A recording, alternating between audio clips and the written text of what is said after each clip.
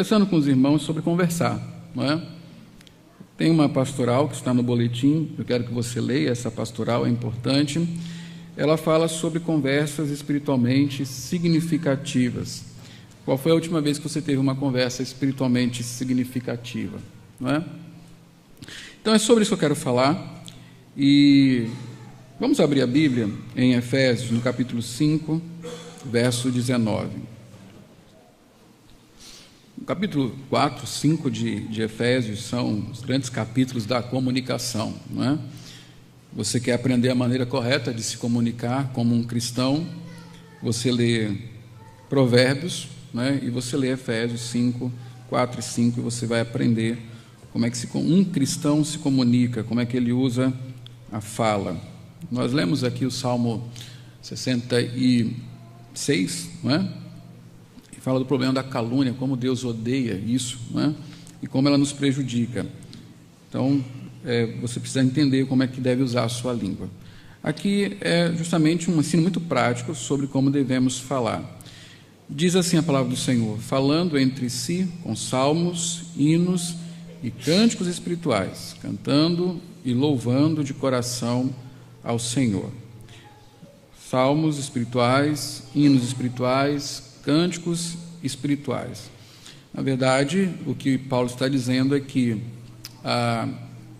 em nossa comunicação, na nossa conversa, o espiritual deve guiar, ele deve ser o fundamento.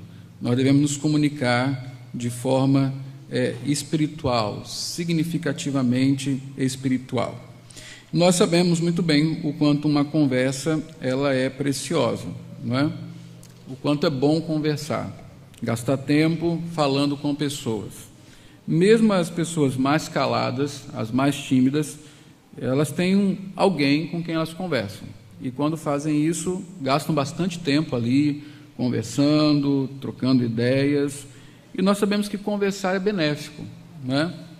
Na maioria das vezes, conversar nos faz bem. Nós nos divertimos, nós mexemos uns com o outro, nos atualizamos, essas coisas que nós fazemos enquanto estamos conversando.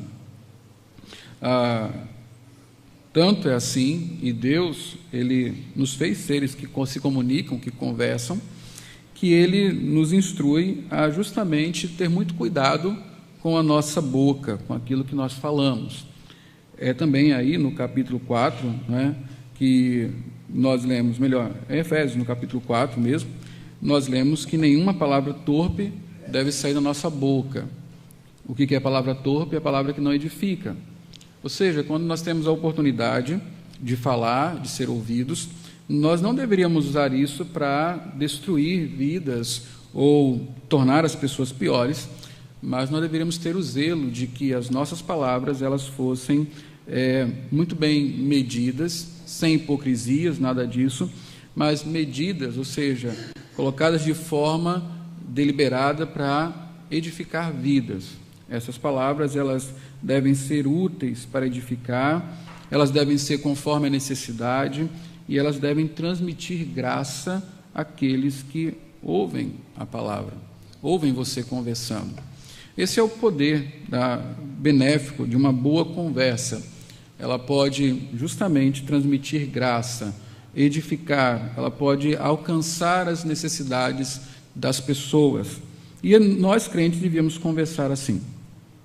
Então, uma boa oportunidade de nós ministrarmos pessoalmente aos nossos irmãos, de desenvolvermos o discipulado mútuo, é justamente conversando.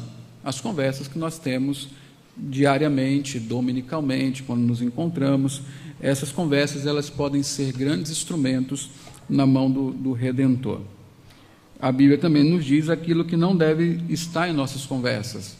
Da mesma forma que Deus zela para que nós tenhamos nos manda zelar para ter uma comunicação que edifica, Ele também diz que nós, por outro lado, devemos abandonar aquilo que não edifica. Uma conversação torpe que inclui amargura, ira, gritaria, calúnia e maldade. Infelizmente, a conversa ela tem um poder benéfico, mas ela também tem um poder destruidor.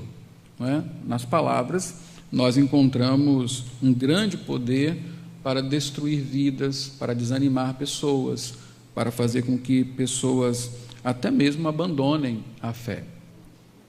As nossas palavras, elas são de fato poderosas. Não é à toa que Tiago diz que a língua é um demônio, um monstro sem controle. Ou seja, o homem que consegue dominar a língua é perfeito. O homem que não consegue dominar a língua, ele pode ser justo em todas as outras áreas, mas ele está sendo dominado por um pequeno órgão que causa um grande estrago. A língua é venenosa. Nós temos que zelar por isso, não é? Então, pensando nessa infelicidade que é termos também o poder para o mal em nossas palavras, em nossas conversas, a Bíblia nos diz o seguinte: as más conversações corrompem os bons costumes. Então, pense nisso. Quando você conversa, você tem a oportunidade de realizar duas coisas com as pessoas com quem você conversa. Uma, edificar as suas vidas. Outra, não edificar as suas vidas, destruir as suas vidas. Uma é encaminhá-las em direção a Cristo, a outra oportunidade é justamente afastá-las de Cristo. Toda conversa, né, nós já sabemos que nada no mundo é nulo, nada é simplesmente aquilo que se propõe a ser, tudo tem implicações na vida. E as nossas conversas, e todos os dias nós conversamos, elas influenciam muito a nossa vida no que diz respeito às coisas espirituais, nos encaminhando mais próximo de Cristo ou nos afastando dele. A palavra então nos diz: as más conversações corrompem os bons costumes. Nessa passagem, o Espírito está nos ensinando que conversas torpes têm poder de seduzir os nossos corações. Isso é tão sério que a Bíblia sempre nos avisa do perigo de cultivarmos conversas ímpias. Se você ler o Salmo 1, por que o homem que teme ao Senhor é bem-aventurado? Porque ele não anda segundo o conselho dos ímpios, ele não se detém no caminho dos pecadores e não se assenta na roda dos escarnecedores, não é? E tudo isso tem a ver com esse conselho ímpio, que nesses ambientes são sempre ministrados, não é? Ontem conversava com os jovens e a realidade dos jovens hoje é muito diferente do que era quando eu tinha a idade deles. Ontem nós estávamos falando sobre homossexualismo e eu falei para eles que quando eu estava no 2º grau, por exemplo, na minha sala não tinha nenhum. E se aparecesse um no 1º semestre, ele deixava de ser no 2º, porque ele não ia aguentar a pressão. Cada um deles não, mas boa parte deles, dos nossos jovens, conversando ontem, testemunharam que tem 2, 3 amigos homossexuais. E não é assim que senta lá no fundo e ele senta na frente. É que está ali no convívio deles, não é? O tempo todo. Alguns deram testemunho de que, assentados à mesa ali, né, na universidade, na faculdade, é Rejum, né, o nome? É Rejum? Rejum, então. Antigamente era jejum, né, porque ninguém aguentava comer aquela comida. Mas diz que hoje está bom. Mas sentado ali, tem que ouvir as conversas, não é? Essa roda de escarnecedores, que está o tempo todo. Eu estou pregando sobre a Babilônia. O pastor Franklin, ele pregou uma vez sobre a Babilônia. E a televisão, naquela época, ela ficou conhecida lá na Central como Babilônia, porque ele mostrou para nós como a televisão é esse instrumento da Babilônia, não é? E ele é manauara, né? Ele tem um sotaque diferente, ele fala Babilônia. Então, demônio, Babilônia. E aí a gente chegava na casa de alguém, ia visitar e falava: desliga a Babilônia, para a gente poder conversar. Mas se você pensar, você pensa, não, eu não me sento com pessoas ímpias, escarnecedoras e tudo mais.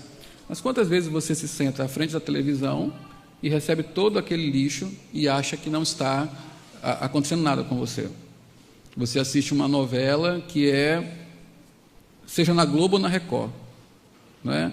O tema é bíblico na Record, mas a porcaria é a mesma, não é? a porcaria mesmo. E você aprende ali o tempo todo, a conversa da Babilônia ali na televisão, é adultério, é felicidade a qualquer custo, é corrupção,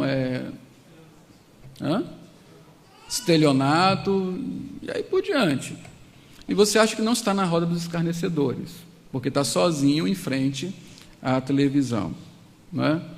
Então, veja como a Bíblia manda a gente cultivar a nossa mente de tal forma para que a gente não absorva aquilo que o nosso coração já ama por natureza, que são essas coisas, e que, estimuladas, farão com que o seu coração perca os seus freios, e isso vai acabar saindo na sua boca, porque a boca fala. Você entendeu?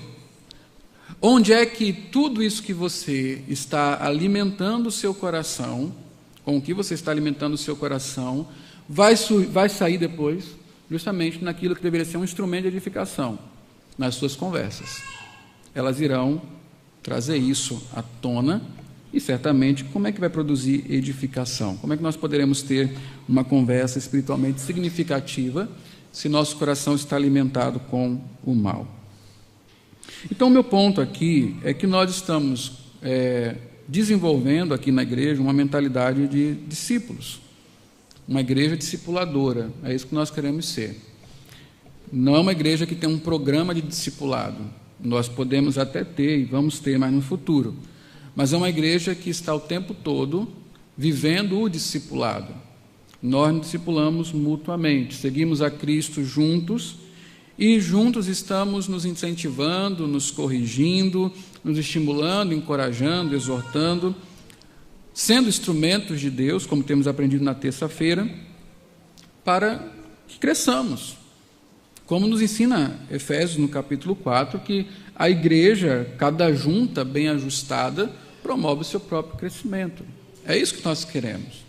E se nós queremos isso, nós precisamos começar a considerar como nós conversamos uns com os outros, o que nós vamos desenvolver em nossas conversas. Se você observar o título, Conversas Espiritualmente Significativas, você agora pode pensar a respeito disso e responder para si mesmo: quantas das suas conversas se enquadram nessa descrição? Quantas das suas conversas são espiritualmente significativas? Não é? Quando eu estava escrevendo, gente, eu descobri um negócio muito bom, muito massa. Escrever de punho, né? Cursivamente. É uma coisa extraordinária. Muito melhor do que o computador. Você já pensa, já imprime, é muito... E as coisas fluem de uma forma... Eu não sei como é a sua habilidade. A Raquel disse que é melhor digitando. Eu não sei como é a sua habilidade, mas enquanto eu vou procurar o S, o pensamento que estava aqui já fugiu, né? Se é uma letra que não é muito comum, um W, um Y, pronto, aí tem que pensar tudo de novo. Agora não, você vai escrevendo ali, simplesmente a pena vai reproduzindo o que você está pensando. Eu tenho tido uma experiência muito boa com isso. Então, enquanto eu estava escrevendo, de próprio punho, né, eu pensei sobre isso.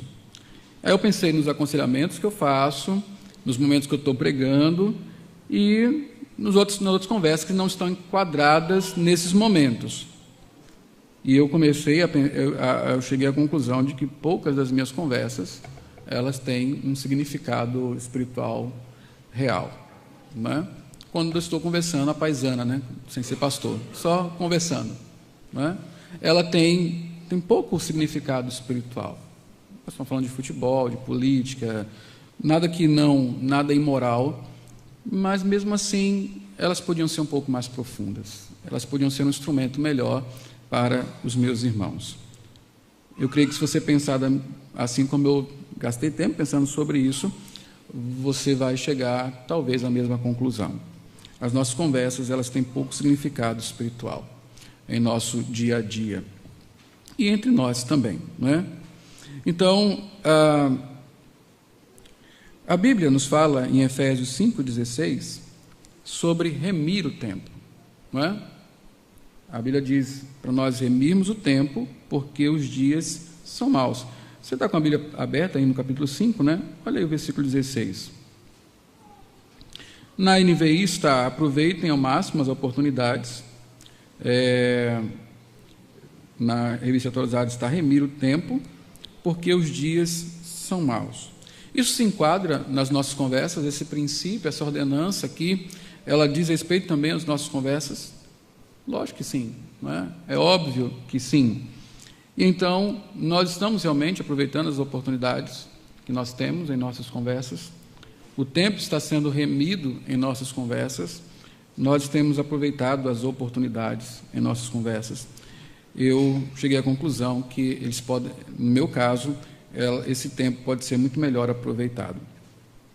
Então, eu não quero dizer que é pecado se pararmos para conversar sobre amenidades, esportes, política, etc. Até mesmo esses assuntos, se bem conduzidos, podem nos edificar de alguma forma. No entanto, precisamos zelar para que nossas conversas não se reduzam a apenas isso. Não é errado você conversar sobre essas coisas, mas que não seja só sobre estas coisas, não é? E pior, que se degradem para assuntos pecaminosos, como fofocas. Isso aqui talvez seja uma das coisas que nós mais gastemos tempo em nossas conversas, falando sobre a vida alheia, zombarias, imoralidades e assim por diante. Voltando para Efésios 5, 19, o nosso texto: como poderíamos obedecer ao que o Espírito nos ordena aqui, se tudo o que fazemos é bater papo despretensiosamente? Não há como. Precisamos, portanto, desenvolver uma mentalidade de discipulado mútuo que nos faça aproveitar cada oportunidade. Colossenses 4:5 fala sobre isso, de sermos espiritualmente relevantes, incluindo as conversas que temos todos os dias. Depois, devemos adquirir o hábito. Primeiramente, deve mudar, entender o que Deus quer com as nossas conversas, e isso vai fazer com que o comportamento, o hábito mude. Então, devemos adquirir o hábito de termos conversas espiritualmente significativas. Onde essas conversas, ou quando essas conversas podem acontecer?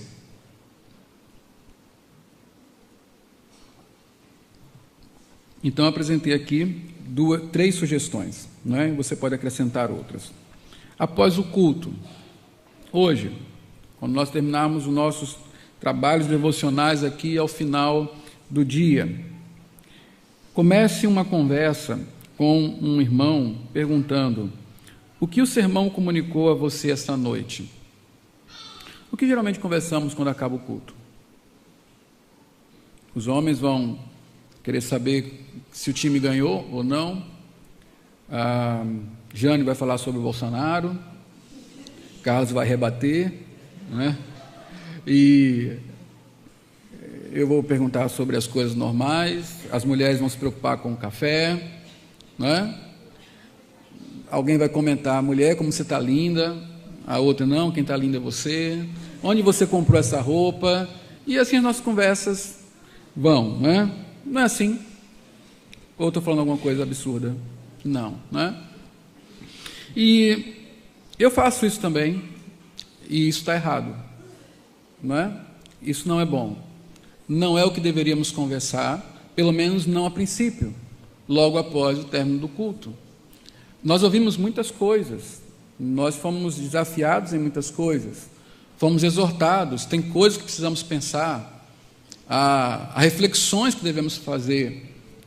E que melhor oportunidade é do que logo após sermos instruídos nessas coisas, quando eu chego para um irmão e pergunto: como é que o sermão atingiu o seu coração hoje? Não é o que você achou do sermão, se foi bom, se foi ruim, não, é o que o sermão comunicou a você hoje. Como as verdades hoje aprendidas trouxeram diferença para a sua vida. E aí eu coloquei aqui que muitas vezes me encontro, me vejo como aquele passarinho lá da parábola do semeador, não é? O passarinho que rouba a semente. Eu prego 15 minutos atrás e quando me encontro com o meu irmão depois da pregação, eu não permito que ele pense mais um pouco sobre aquilo. eu causo nele uma distração tal que tudo que ele ouviu e que eu mesmo preguei simplesmente se perde no ar. Limita-se àqueles poucos minutos do sermão. Então, nós precisamos mudar a mentalidade e nós precisamos criar o hábito de realmente trazermos conversas espiritualmente significantes, não é? Então, observe sobre isso. Uma outra coisa, um outro momento, é quando recebemos irmãos em casa. Todos nós gostamos de receber gente em casa. Se não gostamos, deveríamos começar a considerar gostar disso. Nós aprendemos sobre hospitalidade, né? E isso é um valor cristão. Nós devemos desenvolver esse tipo de coisa. E quando a gente recebe gente em casa, ou vai na casa de um irmão, tem um duplo C que nunca falta. Qual é esse duplo C? Comida e conversa. A gente está o tempo todo comendo e conversando, não é? E esse é o momento que a gente conversa sobre tudo, né? Lembramos do passado. A última vez que eu fui na casa de um irmão, né, foi um flashback, né? Então a gente vai lembrar do passado, vai contar a história e tudo mais. Mas também que não seja só isso. Nós podemos ir mais profundamente. Nós podemos compartilhar um livro cristão que nós estamos lendo e mostrar como este livro tem influenciado as nossas vidas, novas verdades aprendidas, comentar o sermão ou a escola dominical. Nós podemos pedir um conselho, podemos procurar nas histórias cotidianas que estão sendo contadas aplicações bíblicas, lições que podemos tirar, exortações. E às vezes isso vai acontecendo, a nossa mente vai processando essas coisas, mas nós simplesmente achamos que é chato naquele momento falar sobre Bíblia, que é chato naquele momento dar uma opinião espiritual. Nós achamos que vai quebrar o clima. Nós somos o povo da Bíblia. A nossa vida gira em torno do conselho de Deus. Isso nos alegra. Nós precisamos ler mais o Salmo 119, onde o salmista se diz apaixonado pela palavra de Deus. Tem prazer nela.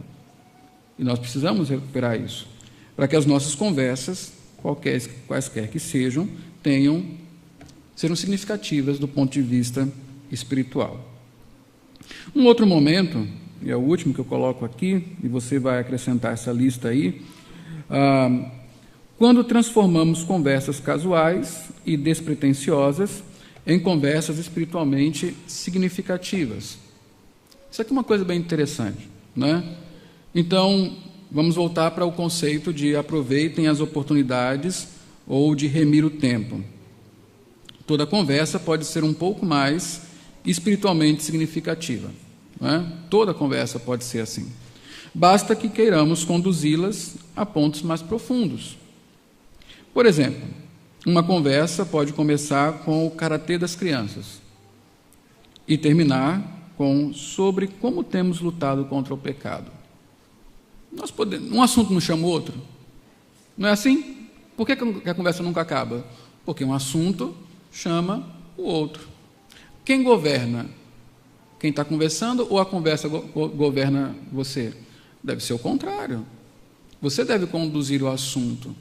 E pegando o princípio do aproveitem as oportunidades ou de remir o tempo, nós devemos encontrar naquilo que estamos conversando uma oportunidade de sermos mais profundos espiritualmente, de edificarmos espiritualmente os nossos interlocutores.